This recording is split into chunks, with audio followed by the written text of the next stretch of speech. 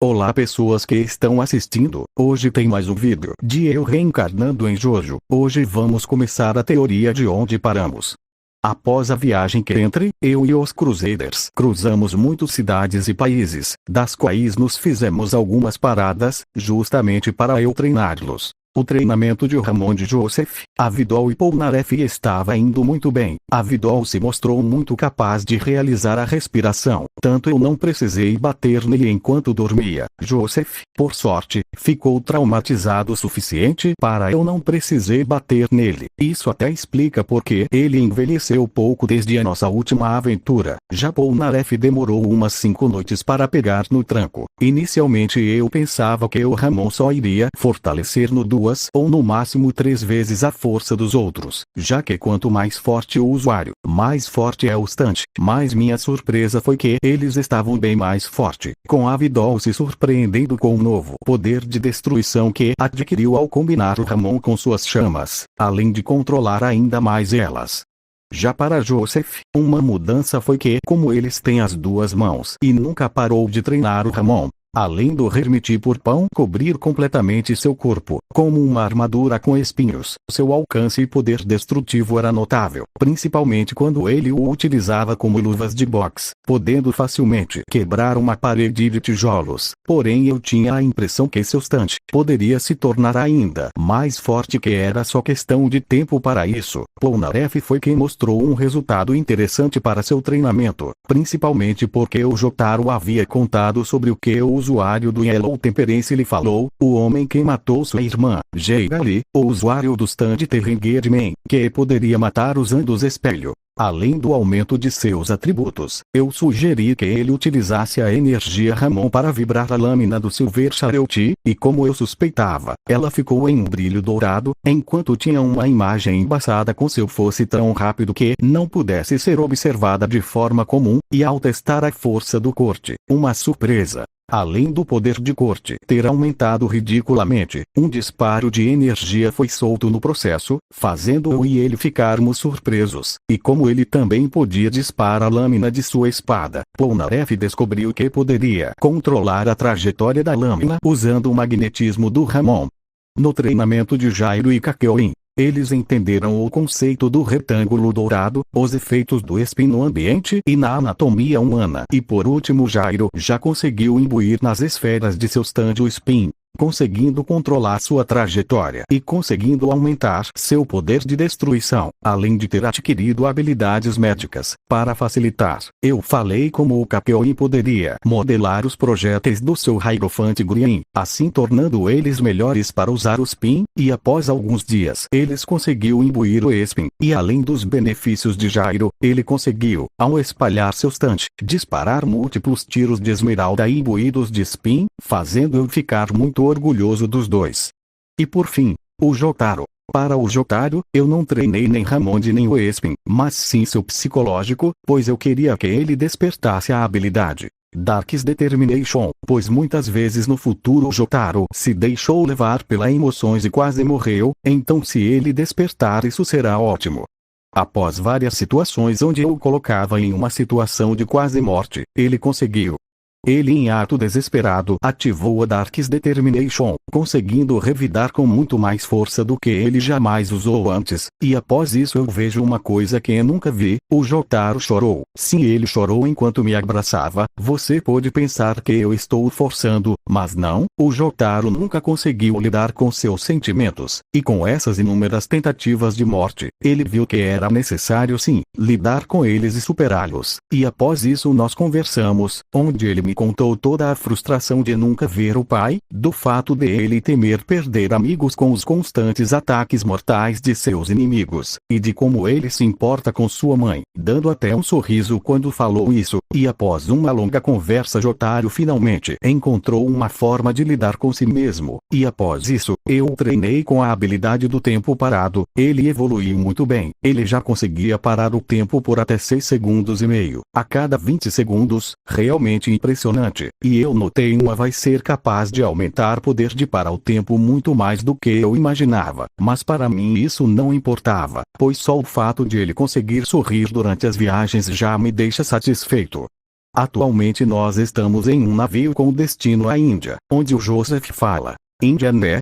Soube que é um país pobre onde as pessoas só comem curry e tem várias doenças devido à pobreza, falou ele preocupado. Jairo fala esboçando receio. Ouvi dizer que se você deixar qualquer coisa de valor à mostra, eles roubaram na cara dura. Polnareff então fala. Não sei se vou aguentar o choque cultural. Já Vidal, que estava animado, fala. Isso que vocês disseram não passa de estereótipos ruins, ele é só um grande país, o povo indiano são apenas pessoas humildes, eu posso afirmar, e enquanto atracávamos eu falo. Há 10 anos atrás o povo era exatamente como os dois falaram, espero que tenha mudado.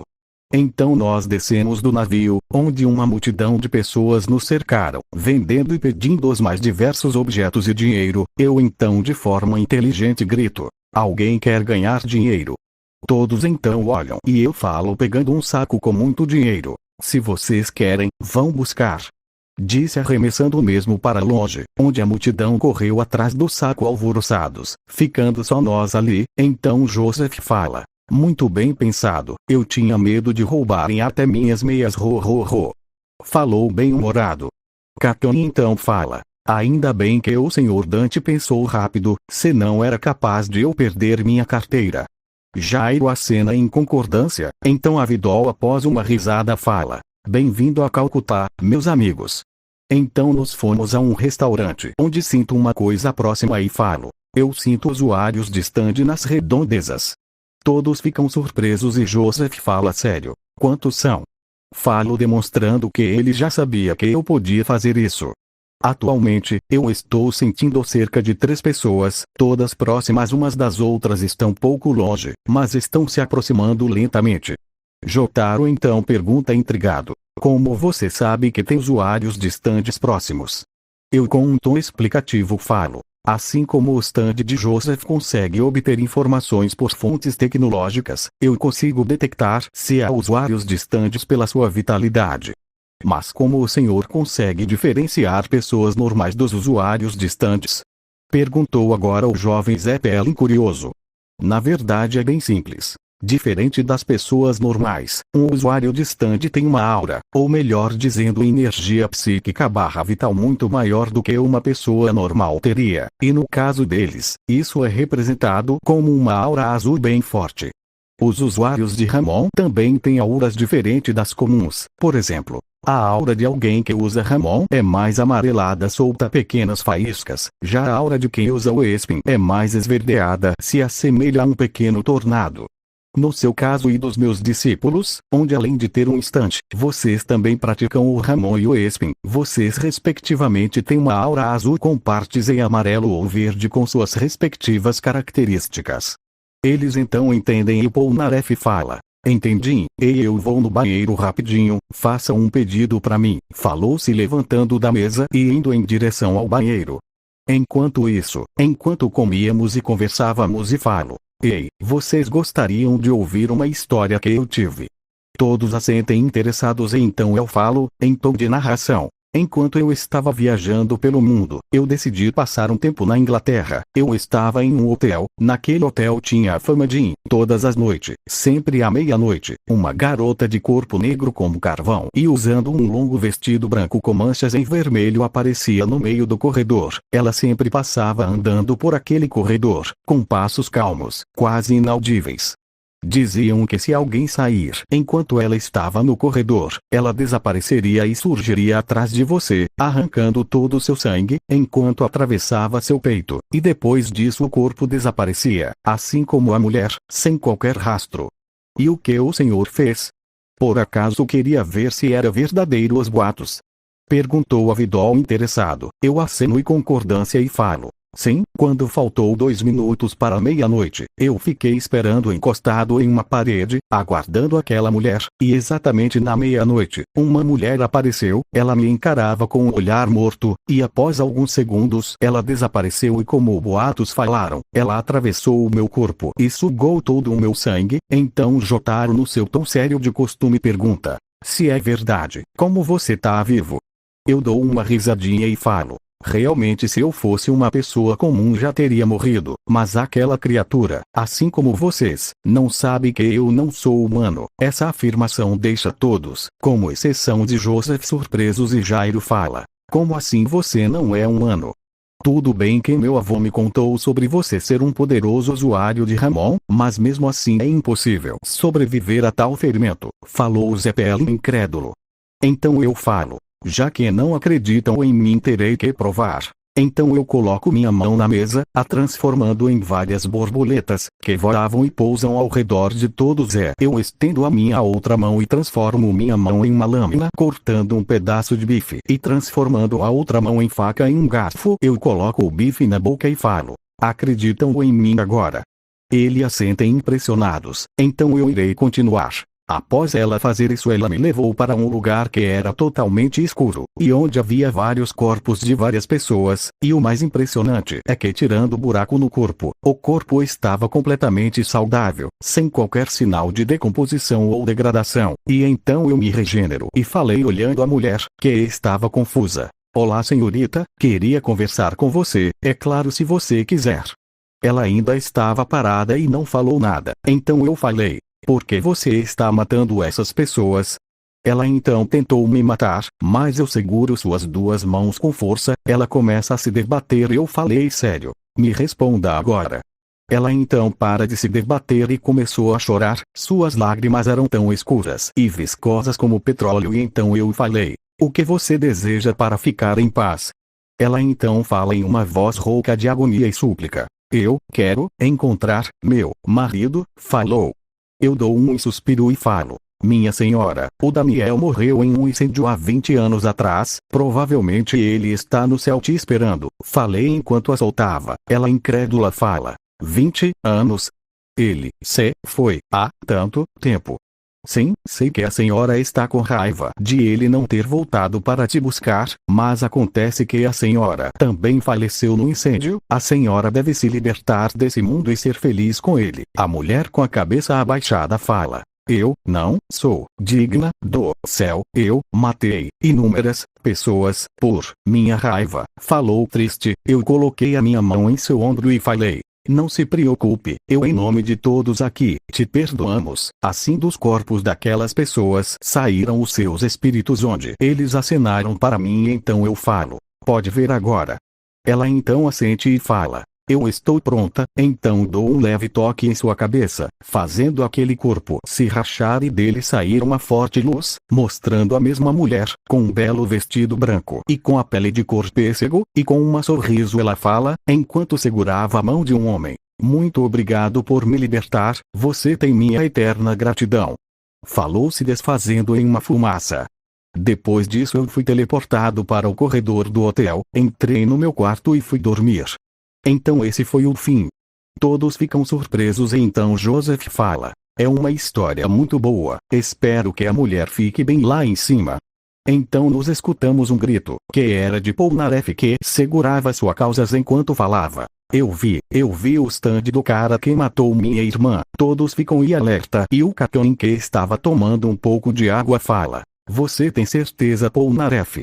Ele assente e fala: se ele apareceu, significa que o usuário está por perto. Falou pegando sua bolsa e indo para fora já na saída. Joseph fala: Polnareff, espere, explique o que aconteceu.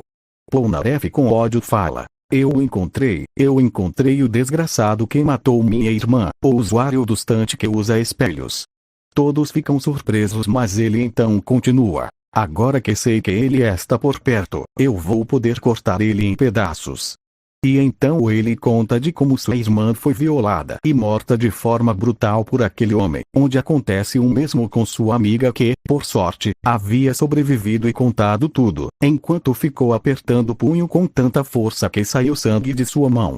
Em torno, Kakeoin fala preocupado com seu amigo: Polnareff, eu sei que você quer vingar sua irmã, mas acho melhor fazer isso juntos. Polnareff então fala: se nós formos juntos, só iriam me atrasar. Eu não vejo a hora de acabar com ele. Eu não posso perder tempo aqui esperando ele me atacar. Então ele iria sair de lá, mas a Vidol então fala: um espadachim que tenta cortar um assassino, será cortado pela faca do assassino. Polnareff então olha para Vidol Seria e fala: e eu deveria saber o que isso significa? Você sabe o que eu quis dizer. Está dizendo que eu vou perder. A Vidol nega com a cabeça e fala: não, Polnareff, o que eu quero dizer é que, segundo o que o Sr. Dante falou, pode haver muitos usuários distantes além dele, e ele está te provocando para fazer uma armadilha. Polnareff então fala: eu não ligo a mínima para isso, eu posso enfrentar quantos usuários distantes forem necessários para matar aquele cara, e não vai ser você, que fugiu com o rabo entre as pernas do Dio, que vai me impedir. A Vidol iria retrucar, mas Joseph o segura e fala: deixe ele, a Vidol, essa é decisão dele, ele avisou isso desde o começo. A Vidol dá um suspiro de frustração e fala: se você quer seguir esse caminho, não irei te impedir. Polnareff iria embora, mas então eu falo: onde você pensa que vai? Polnareff fica sem entender e fala: olhar, Sr. Dante, eu agradeço que você tenha me deixado mais forte, mas nem você vai me fazer mudar de ideia. Eu com um sorriso falo: e quem disse que eu vou fazer isso? Eu na verdade vou com você, falei com sorriso calmo. Polnareff e os outros falam: como é? Eu então falo: Polnareff tem um ponto, não podemos apenas ficar nos defendendo dos ataques para sempre, temos que atacar também, por isso vamos nos dividir por agora em dois grupos, eu e Polnareff vamos procurar e atacar os inimigos, vocês fiquem circundando a região, caso vejam ação suspeita de usuários distantes, ataquem, e sejam o mais discreto possível. Eles assentem relutantes, então eu e o Polnareff partimos, nos separando do grupo. Nos procurávamos por informações de J-Gaile, principalmente por causa de suas duas mãos direitas, mas foi inútil pois ninguém tinha visto ou ouvido falar dele. Com isso acabamos ficando em um hotel, onde eu falo para Polnareff, que estava sentado olhando para fora, enquanto ficava sentado na beirada de uma janela. Eu meio que entendo sua dor, meu amigo, falei com pena de Polnareff. Ele surpreso fala: como assim? Você perdeu seu irmão ou irmã? Eu aceno e falo: perdi muito mais que isso. Quando jovem, meus pais morreram em um incêndio, depois disso eu me encontrei e morri com o avô de Joseph, Jonathan Joestar, e junto de Dio Brando. Falei a última parte com certa raiva. Eu sempre me dei muito bem o Jonathan, já Dio sempre tentou nos botar para baixo. Até que um dia Jonathan descobriu que Dio estava envenenando nosso pai, e após se tornar um vampiro, nós lutamos contra ele e seus mortos-vivos, e após a suposta morte de Dio, indo para sua lua de mel com sua esposa, Jonathan é atacado e morto por Dio, tendo sua cabeça arrancada e tendo seu corpo sendo controlado pelo mesmo, entende? Embora o Jonathan não fosse meu irmão de sangue, os laços que criamos não diminuem o impacto após saber de sua morte. Polnareff fica em silêncio e fala: entendo, parece que somos mais parecidos do que eu imaginava. Falou com um sorriso triste, então eu falo me levantando: descanse, amanhã precisarei que esteja 200% preparado e alerta. Ele assente, deita e fecha os olhos. No outro dia, estava chovendo, e novamente perguntamos se encontrávamos o usuário do Ringed Man, até que alguém confirma ter visto esse homem, e pedindo para saber onde ele estava. O homem aponta para uma direção enquanto falava um pouco confuso. Ué, eu devo estar confuso, eu tinha acabado de ver ele estava ao lado daquele homem, apontou para uma figura se aproximando. Enquanto as nuvens de chuva se desfazem enquanto o sol brilhava, um homem com roupas de cowboy aparece e então ele fala olhando para Polnareff: sabia que uma pistola é mais poderosa que uma espada? Sabe, é um ditado que condiz com a realidade. Polnareff então fala sem entender: espera aí, você está dizendo que eu vou perder para você? Eu nem te conheço, seu esquisito. Oh, perdão pela falta de modos, eu me chamo Horse, usuário do stand Temperor. Dio me pagou muito bem para matar cada um de vocês, especialmente aquele homem, falou apontando para mim. Eu fico de ombros e falo: nem se todos os usuários de stand do mundo viessem contra mim eu teria medo. Falei sem me importar com sua ameaça. Então Polnareff dá uma risada e fala: vocês caras maus são todos farinhas do mesmo saco, falam que vão nos derrotar ou nos fazer de idiotas, são vocês que acabam desse jeito. Chega de perder tempo, agora eu vou te perguntar: você está com um cara que tem duas mãos direitas? Horse pega um cigarro e fala: sim, na verdade ele estava comigo agora há pouco. Polnareff fica sério e fala: me diga onde ele está agora.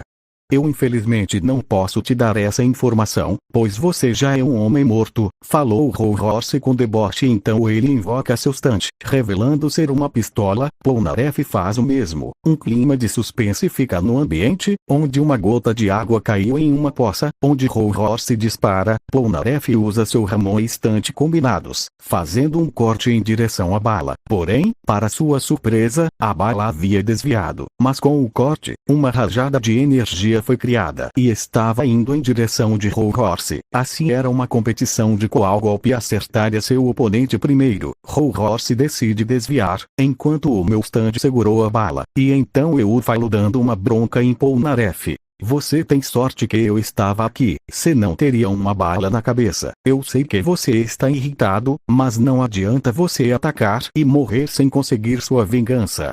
Polnareff fica em silêncio, sabendo que era verdade. Então a Vidal aparece, olha ao redor, e ao ver a gente ele dá um suspiro de alívio e fala: ainda bem que eu achei vocês. Por sorte nada de ruim aconteceu, falou aliviado. Horse fica preocupado, pois seu plano estava dando errado. Então eu percebo o Ringedman em uma pousada de água e falo: todos se afastem das poças de água. A Vidal evapora a água. Todos entendem, e a Vidal invoca seu Magician's Head, usando seu fogo para evaporar a água, deixando Horse desesperado, e de uma das poças saiu um raio de luz, que salta para longe, deixando eu mais aliviado. Enquanto vejo que Horse fugia de forma cômica, os outros Crusaders chegam, vendo que tudo estava bem. Então eu falo: não podemos deixar o Jeigali escapar, vamos ver subir naquele carro. Eu mostro direção de onde ele está. Vamos, Polnareff. Ele assente e vamos correndo até o carro. E sem dar tempo de os outros falarem nos partimos. Seguindo por uma direção, nós conseguimos chegar em um local com muitos escombros. E então eu sussurro e falo: o usuário de stand está a 5 metros à direita, tenha cuidado. Falei para Polnareff, que assente e vai à frente. Vendo o homem com duas mãos direitas, o homem que matou sua irmã, ele então fala: Jeigali, é hoje que você morrerá por minha espada. Falou invocando seu stante, e Jeigali fala apavorado: como foi que conseguiu me encontrar tão rapidamente? Polnareff dá um sorriso e fala: digamos que eu tive a ajuda de um amigo, agora morra. Assim ele tenta cortar seu inimigo, mas acaba tendo seu braço direito cortado, fazendo um corte grande. Polnareff recua e fala: maldito, você vai pagar por isso. Então ele olha ao redor e vê que havia alguns objetos refletindo, onde neles tinha o stand de Jeigali. Então eu apareço e falo: Polnareff, eu vou espancar esse cara, mas te darei o prazer da vingança. Falei com um tom frio e sem qualquer tipo de emoção. Então Jeigali fala: idiota, você não pode me encostar sem ser morto. Então eu avanço até ele. Então eu começo a receber vários cortes e furos pelo corpo, mas eu continuei a andar sem me importar, o que fez Jeigali tentar fugir devido ao medo da morte. Mas eu fui rápido e o agarrei pelo pescoço e invocando meu stand eu falo: você matou e abusou de muitas garotas inocentes, matou centenas de pessoas, você merece a morte, mas não será por minhas mãos. Então meu stand começa a socar ele por todo o corpo enquanto fala: mora. E com isso eu deixei ele estropiado na frente de Polnareff, que fala: agora morra por seus crimes. Com isso ele perfurou todo o corpo de Jeigali com a espada de seu stand, o matando com centenas de estocadas, fazendo ele morrer. Então nós saímos dali e nos encontramos novamente com Horse, que fala: parece que nós encontrarmos novamente, é uma pena, até queria poupar vocês, disse invocando sua pistola e continua: infelizmente eu e Jeigali vamos matar vocês. Falou com um sorriso debochado, onde eu e Polnareff começamos a rir, deixando Horse irritado, que fala: qual é a graça? Polnareff enxuga uma lágrima cômica e fala: não é nada, é só que você é muito ignorante mesmo. Não quero estragar suas esperanças, mas seu amigo tá mortinho da Silva, a mais ou menos 300 metros, o quê? Você está blefando, falou preocupado. Então eu falo: se não acredita pode ir lá ver você mesmo, meu caro. Ele então desesperado começa a correr, onde nós o seguimos. Enquanto corríamos, eu penso, será que eu acabo com aquela mulher agora? Acho que sim. Enquanto isso, Rohorse acaba levando um soco em cheio de Jotaro, que estava sério, e então os outros Crusaders chegam, cercando o meliante. Rohorse provavelmente iria ser espancado até não conseguir andar, mas uma mulher apareceu do nada, segurando Polnareff enquanto falava. Corra, Rohorse, fuja, meu amor. Enquanto os outros se distraíam, Rohorse sorrateiramente foge, e enquanto Joseph limpava e aconselhava a mulher, ela tenta colocar seu stand em Joseph, mas eu fui rápido e tirei ele e os outros e falo. Cuidado, essa mulher é um usuário de stand inimigo. Falei sério, deixando todos surpresos. Joseph então fala. Você está certo disso? Ela parece que não pode matar nenhuma mosca. Você está certo disso? Eu fico ainda mais sério e falo. Já que não acreditam em minhas palavras, então vejam isso. Falei pegando um pequeno pote de plástico, com um pedaço de carne e sangue, que tinha um formato humanoide. Todos ficam surpresos e eu continuo. Esse é um stand parasita, que se prende uma pessoa e aos poucos começa a consumir a carne da vítima, e quando cresce em um tamanho suficiente, ele mata sua vítima e consome seu corpo, e depois retorna ao seu usuário, podendo agora se disfarçar como a sua vítima. Eu então abri o pote e coloquei a carne barra stand no braço esquerdo, e como eu falei, o pedaço de carne tenta infectar meu braço, ms ele acabou quase sendo consumido, lentamente, e aquela mulher começa a sangrar e sentir muita dor, e então eu falo, garota, sei que você segue a Dio Brando, eu te darei duas escolhas. A primeira é se entregar e revelar sua verdadeira forma, e a segunda é resistir e ser morta. Qual você prefere? Ela fica em silêncio, e então eu falo, emanando uma aura assassina. Saiba que se você resistir, eu pessoal te farei ter um destino pior que o inferno. Falei sério. Ela então com medo fala. Está bem, eu me entrego. Falou tremendo de medo, e como se ela estivesse usando uma capa de carne, usa pele desmancha, revelando que a linda mulher era uma mulher feia e gorda, deixando todos, principalmente Jairo e Polnareff com muito nojo devido à transição. Eu então falo, sábio escolha, agora. Eu havia devolvido seu stand, e depois estico meu dedo indicador em seu peito, chegando em seu coração, fazendo ela gritar de dor. Joseph iria me questionar, mas o Jotaro segura no seu ombro e fala. Calma, velho, o tio sabe o que faz, falou tranquilamente no seu tom sério. Então eu falo. Dio apenas fala e manipula as pessoas, mas eu faço ações. Agora vejam o poder de um ser supremo. Assim, o corpo da mulher começa a mudar, tendo uma forma mais esbelta, rejuvenescida e bela, com um corpo bem desenvolvido, deixando todos impressionados com a mudança de aparência. E com isso eu retiro o meu dedo e falo. Veja o resultado de sua escolha, mulher. Então ela coloca a mão no local da perfuração, vendo que não tinha nem dor ou cicatriz, e também notando seu novo corpo, muito mais belo que antes, e ela fala. Por que fez isso? Você sabia que eu era uma inimiga, então por quê? Eu viro de costas e falo. Diferente dos outros, você é uma pessoa boa, você só foi enganada por Dio, você está livre agora. Se você quiser um trabalho, lhe darei isso, disse entregando um celular moderno e falo. Clique no botão quando achar que estiver pronta para trabalhar comigo. Um helicóptero virá e te levará até a Fundação Speediagon. Lá eles te deixaram as instruções necessárias. Então eu comecei a sair dali com os outros me seguindo, deixando a mulher para trás, que sussurra baixinho, mas ainda assim eu escutei. Meu nome é Nena, muito obrigado. Me fazendo dar um sorriso e acenar ainda de costas. A Vidol então pergunta. Senhor Dante, por que o senhor deixou ela ir? Não tem medo que ela possa nos atacar novamente? Eu nego com a cabeça e falo. Foi como eu disse a Vidol, ela estava sendo manipulada, ela é livre agora, se ela voltar a nos atacar, terei que matá-la, falei casualmente. Ele acena entendendo e Jairo pergunta, isso eu entendi, mas por que o senhor fez ela virar aquela belezura? Falou levemente corado, eu dou um cascudo nele e falo, seu pervertido maldito, mas respondendo sua pergunta, Era para ela ver a diferença entre eu e Jill, assim para facilitar caso ela escolha entre se juntar a nós ou não, até porque, a maioria das mulheres querem ter um corpo atraente, e já me adiantando, eu mudei o corpo dela graças à minha manipulação genética. Eles compreendem e assim, após alugarmos um carro, nos partimos para o próximo destino.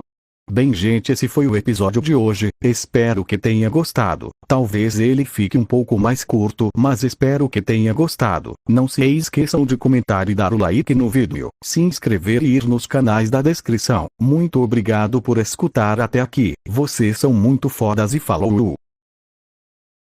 Cena pós-crédito. Com a mulher chamada Nena, ela estava sentada, pensando o que deveria fazer. Ela pensou demonstrar novamente sua devoção a Jill, mas ela lembrou daquele homem de cabelos brancos, palavras que estavam ecoando por sua mente e alma, palavras sinceras e que por algum motivo, a deixavam calma e confiante não só nele, mas em si mesma, diferente das de Jill, que tinha um toque sedutor e de superioridade, e após passar algumas horas, chegando a anoitecer ela toma uma decisão e fala: vou ter um voto de fé naquele homem, e após pressionar o botão, nada aconteceu e ela fala: que burra que eu fui, acreditar naquele homem, mas seus pensamentos são interrompidos pois uma ventania começa a passar vendo que um helicóptero estava se aproximando e ela fala: ele realmente falou a verdade.